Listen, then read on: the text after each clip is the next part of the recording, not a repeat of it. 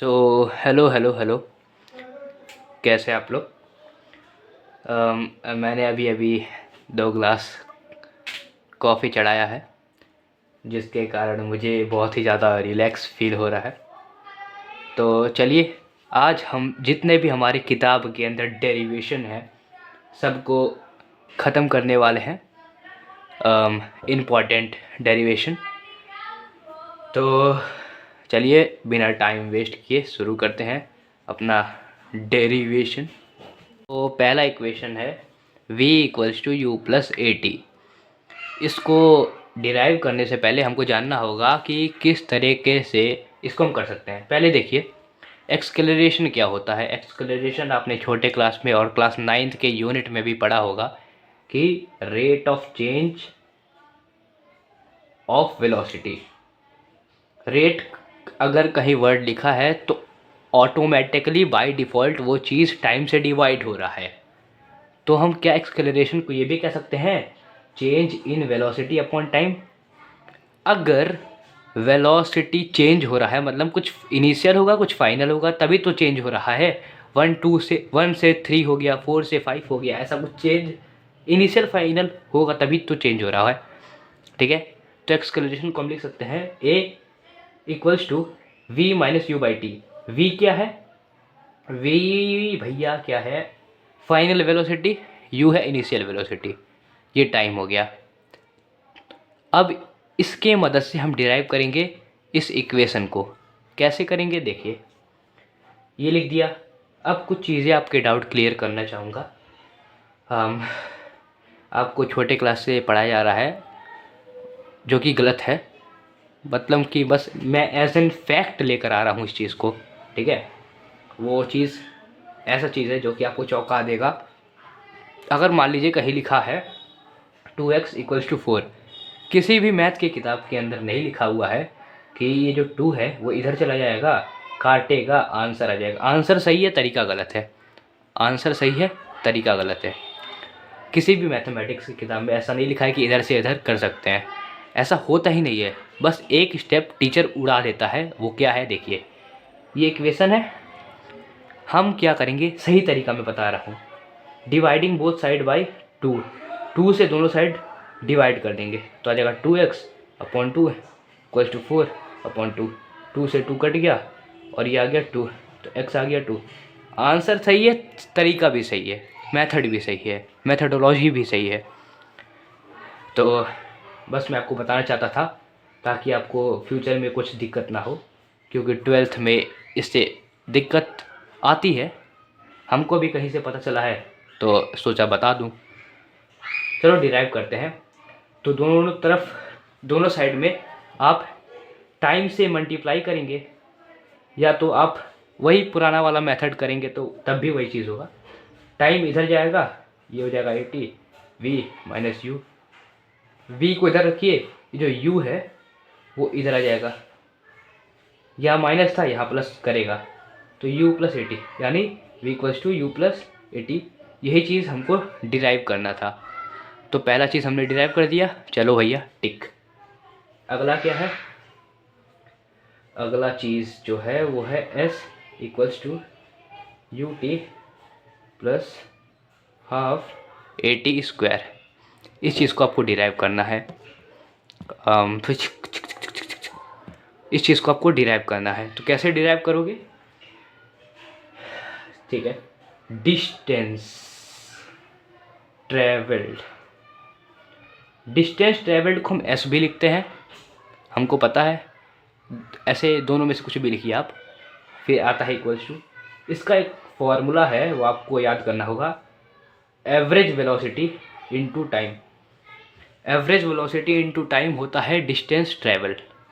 ठीक है, अब एवरेज वेलोसिटी का आपने फॉर्मूला पढ़ा होगा, displacement upon time, total displacement upon time. ये एवरेज वेलोसिटी का फॉर्मूला था। लेकिन डेरिवेशन के लिए एक और हमारे पास फॉर्मूला है जिसे हम कहते हैं u plus v by u plus v by 2, average velocity. ये जो फॉर्मूला है ये किसका है, एवरेज वेलोसिटी का फॉर्मूला है, और ये इनटू टाइम आ गया। ठीक है, अब यहीं पे आप स्टैचू हो जाइए। क्या हो जाइए, स्टैचू हो जाइए। अब यहाँ पे हम करेंगे क्या, ये जो हमने निकाला था ना v equals to u plus 80, ये जो हमने अभी अभी डिराइव किया है इसको ये जो v है, v का वैल्यू आप यहाँ पे उठा के पटक दीजिए तो होगा क्या, s equals to u plus ये जो v का वैल्यू हमने यहाँ क्या पढ़ा, v का वैल्यू पढ़ा u प्लस प्लस 80। ठीक है, अपॉन में क्या था, 2 था। ठीक है, अपॉन इंटू क्या था, p था। होगा क्या अब, u plus you 2u plus 80 हो जाएगा। ये जो टाइम है, चलो अभी बाहर ही रखते हैं। ठीक है, अब ये जो टाइम है इससे मल्टीप्लाई करेगा तो बन जाएगा 2ut अपॉन 2 प्लस ये जो टाइम है इससे भी मल्टीप्लाई करेगा, 80 स्क्वायर बन गया। अब क्या हम इसको, ये 2 है प्लस 80 स्क्वायर अपॉन 2, क्या हम इसको इस तरह से लिख सकते हैं, इस चीज़ को इस तरह से लिख सकते हैं, हाँ लिख सकते हैं, क्योंकि इसको इस तरह से भी लिख सकते हैं और इसको इस तरह से भी लिख सकते हैं, दोनों सेम तरीके, दोनों सेम ही चीज़ है। अब यहाँ 2 से 2 कट गया, बचा क्या, s equals to u t plus ये अपॉन में 2 है तो क्या हम इसको 1/2 नहीं लिख सकते, into 80 square, s equals to u t plus half 80 square. यही चीज़ हमको डिराइव करना था, हो गया, बड़े मस्त तरीके से हो गया। आगे बढ़ते हैं अगले डेरिवेशन पे, वो है वी स्क्वायर इक्वल्स टू, आ जा, रुक जाओ भाई, यू स्क्वायर प्लस 2as। ये हमें डिराइव करना है, कैसे डिराइव होगा आइए देखते हैं। हमको पता है डिस्टेंस ट्रेवल्ड का फॉर्मूला होता है एवरेज वेलोसिटी इनटू टाइम। ठीक है, यही होता है ना, हाँ भैया यही तो होता है। अब थोड़ी देर शांत हो जाइए, पुराने वाले सबसे पहले वाले इक्वेशन को याद करिए, वो क्या था, v equals to u plus 80 था। अब आप क्या करिए, यहाँ पे से t का वैल्यू क्या होगा, t का अगर वैल्यू फाइंड करेंगे तो ये v है, ऐड कर रहा है, माइनस करेगा, v माइनस यू, ये जो a है 80 बच गया, v माइनस यू, अभी a मल्टीप्लाई कर रहा था, डिवाइड करेगा a, यानी टाइम का वैल्यू आ गया ये। अब इसको आप कहाँ पटकोगे, यहाँ पटक दीजिए, इसके अंदर आप पटक दीजिए तो डिस्टेंस ट्रेवल्ड को एस बी लिखते हैं हम, पता ही है आपको। एवरेज वेलोसिटी का फॉर्मूला मैंने अभी बताया आपको, u plus v by 2 into time का वैल्यू क्या निकला, v minus you by a. अब यहाँ अगर देखोगे a plus b into v minus u, मतलब a, क्या आप u प्लस वी को v प्लस यू कर सकते हो, अगर आप लिखते हो कहीं 1 प्लस 2 और कहीं लिखते हो 2 प्लस 1, क्या आंसर सेम हो जाएगा, बदल जाएगा क्या, आंसर सेम ही रहेगा ना, 1 प्लस 2 भी 3 होता है, 2 प्लस 1 भी 3 होता है। तो उसी तरीके से u प्लस 1 लिखिए चाहे u प्लस वी लिखिए चाहे v प्लस यू लिखिए, वो लिख दिया हमने, into v minus u upon a plus b, a minus b का फॉर्मूला बन रहा है तो आ जाएगा v square minus u square upon 2a। अब दिस 2a जाके यहाँ पे मल्टीप्लाई करेगा तो बन जाएगा 2as equals to we square को यही रहने देंगे, ये यू स्क्वायर माइनस कर रहा था तो यहाँ जाके ऐड करेगा, यही आपको डिराइव करना था, v square equals to u square plus 2as, इसी चीज़ को आपको डिराइव करना था, ये भी हो गया। बहुत अच्छे मैं डेरिवेशन ढूंढ कर लेकर आया हूँ। कुछ मेरे भाई बहन लोगों को, मित्र और सखियों को, सॉरी, न्यूटन का लॉ जानना था, तो सबसे पहला लॉ अगर बताऊं मैं, तो वो होता है कि अगर कोई बॉडी रेस्ट में है तो वो रेस्ट में ही रहेगा, अगर कोई बॉडी मोशन में है तो वो मोशन में ही रहेगा, एक्सकेलरेशन नहीं करेगा। मतलब कि अगर कोई बॉडी 2 मीटर पर सेकेंड से चल रहा है तो 2 मीटर पर सेकेंड से ही चलेगा, चलता रहेगा चलता रहेगा, एक्सकेलरेट नहीं करेगा, उसका स्पीड बढ़ने नहीं वाला है जब तक हम उसके ऊपर एक्सटर्नल फोर्स ना लगाएं। तो न्यूटन का पहला लॉ है, अगर कोई बॉडी रेस्ट पे है तो रेस्ट पे रहेगा, और मोशन में है तो मोशन में ही रहेगा, एक्सकेलरेट मोशन में भी रहेगा। तो सॉरी, वो कोई आ गया था।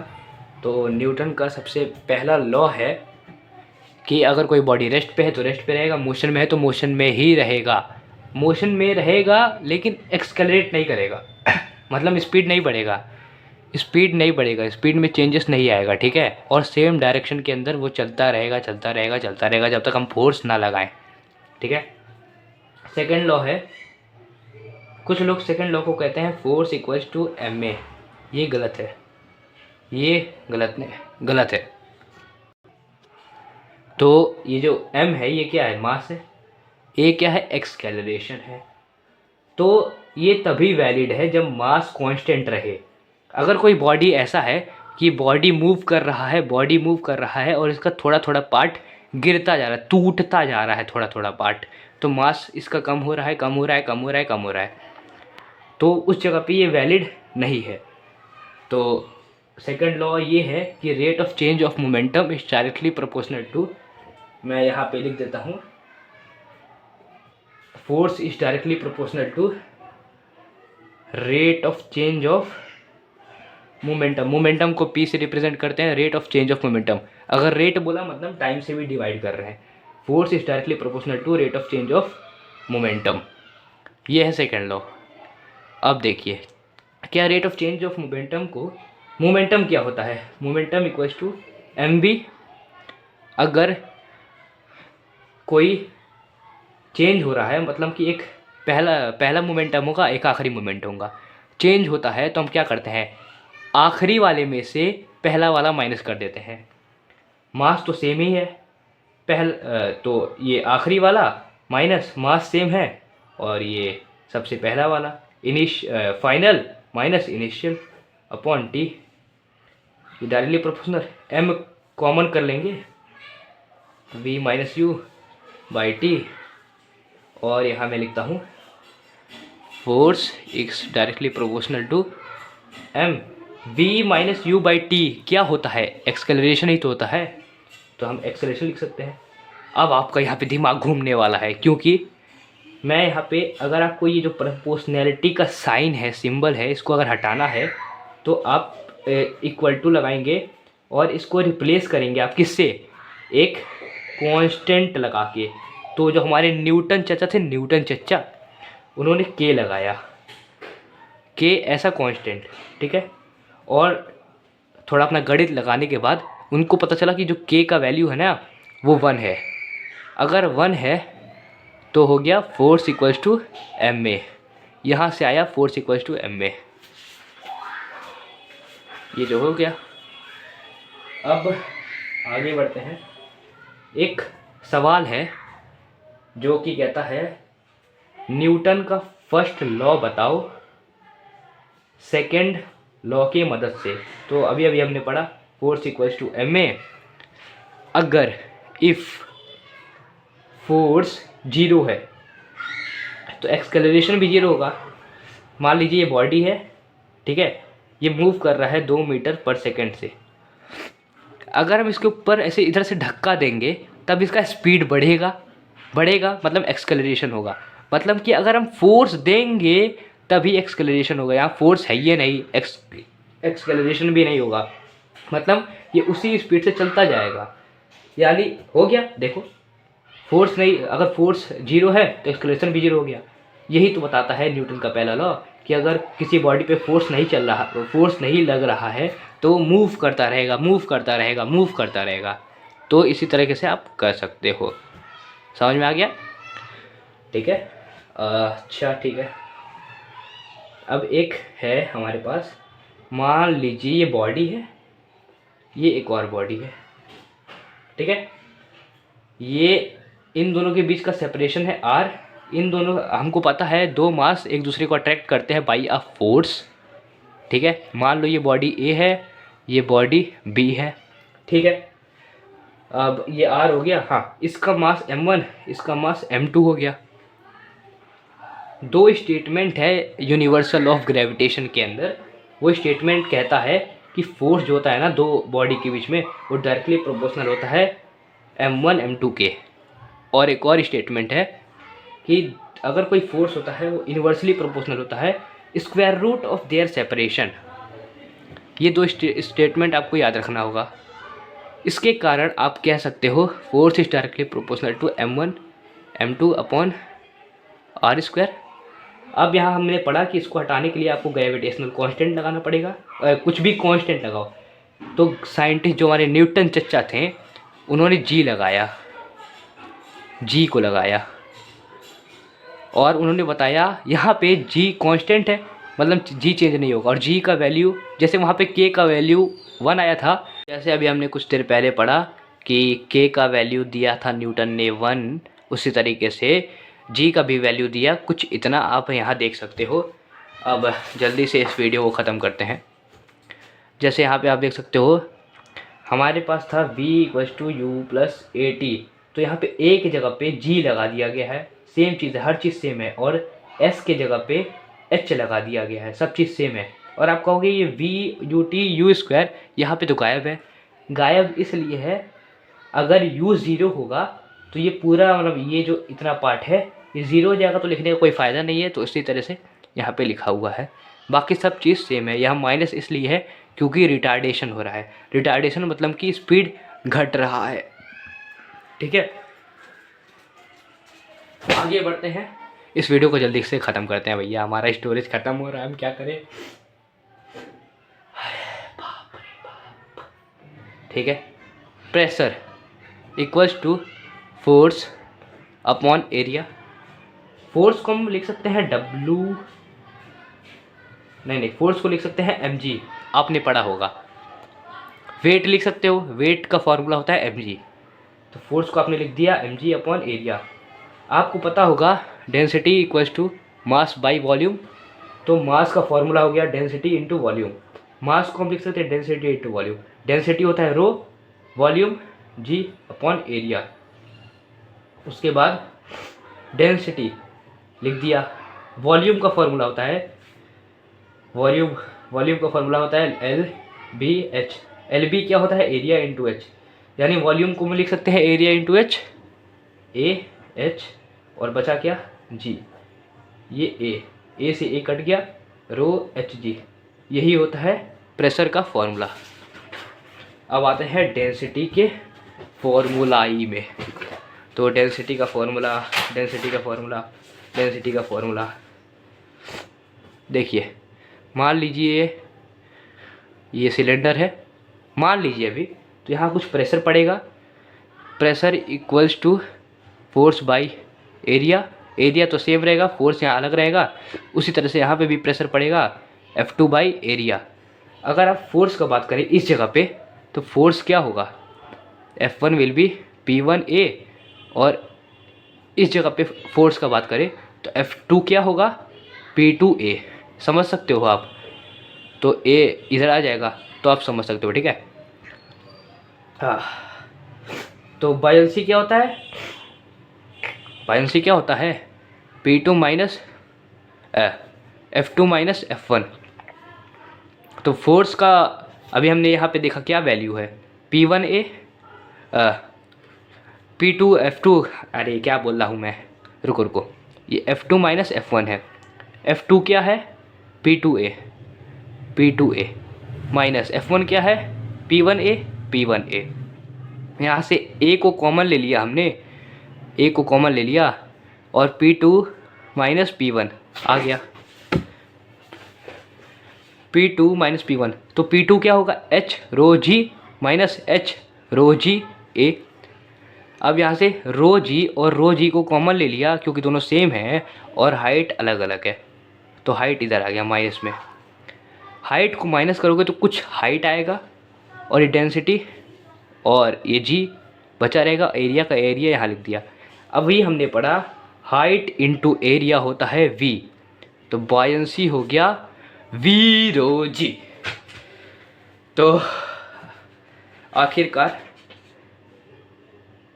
हम लोगों ने कर दिखाया। एक और बस खाली बचा हुआ है, उसको भी देख लेते हैं। कहाँ गया यार, यहाँ पे इस जगह पे दिया हुआ है, मैं दिखा देता हूँ, बुक में भी दिया हुआ है। देखिए सॉलिड है, अगर उसका डेंसिटी रो है, उसका वेट डब्लू है, हमको बताना है कि एपरेंट वेट होगा ना वो इतना आएगा। इतना आपको ला के दिखाना है, डिराइव करके दिखाना है कि इतना उसका एपरेंट वेट आएगा।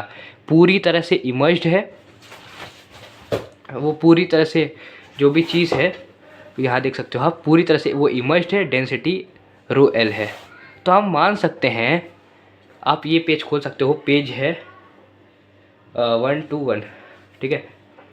तो वेट होगा, वेट ऑफ सॉलिड क्या है, डब्लू दिया हुआ है, तो मास क्या होगा डब्लू बाई जी, क्योंकि वेट होता है एम जी, तो मास क्या हो गया W by G equals to mass. Mass पता चल गया। वॉल्यूम क्या होगा, वॉल्यूम होता है मास अपॉन डेंसिटी, तो मास का वैल्यू अभी क्या आया है और डेंसिटी होता है रो। अब पूरी तरह से सबमर्ज्ड है, मतलब कि जितना पूरा वॉल्यूम है उतना ही वॉल्यूम का लिक्विड डिस्प्लेस होगा। Volume of liquid displace equal to volume of solid, जो कि यही आ जाएगा सेम। बॉयंट फोर्स क्या होगा वी रो जी, वॉल्यूम लिख दिया हमने क्योंकि वॉल्यूम यहाँ निकाला है, W by G upon rho into rho of L into G. ये जी से जी कट गया, बचा क्या W upon G into rho L. ये डेंसिटी ऑफ लिक्विड है, ये डेंसिटी ऑफ बॉडी है। एपरेंट वेट क्या होता है true weight minus F B. True weight असली वेट क्या था डब्लू था, माइनस ये बॉयंसी क्या निकाला हमने, ये निकाला। कॉमन लोगे आप, डब्लू आ गया, ये इसके जगह पे 1 आ गया, ये डब्लू तो 1 बन जाएगा, 1 बन जाएगा ना, और रो एल ये आ गया, ये इधर आ गया। कॉमन ले लोगे आपका ये आ जाएगा आंसर। इसी के साथ पूरा डिरिवेशन का खेल हमने ख़त्म कर दिया है। क्या बताऊँ, शायद से 16 या फिर 15 मिनट का वीडियो होगा, मुझे पता नहीं है।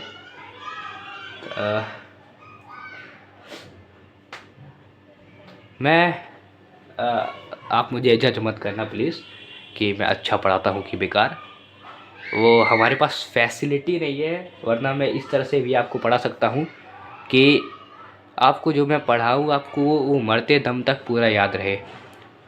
बिकॉज मुझे क्लास LKG UKG क्लास 1 से लेके पूरा क्लास 7 या फिर आप बोल सकते हो 8 तक मेरा पूरा डाउनफॉल था। मुझे कुछ पढ़ने का मन ही नहीं करता था।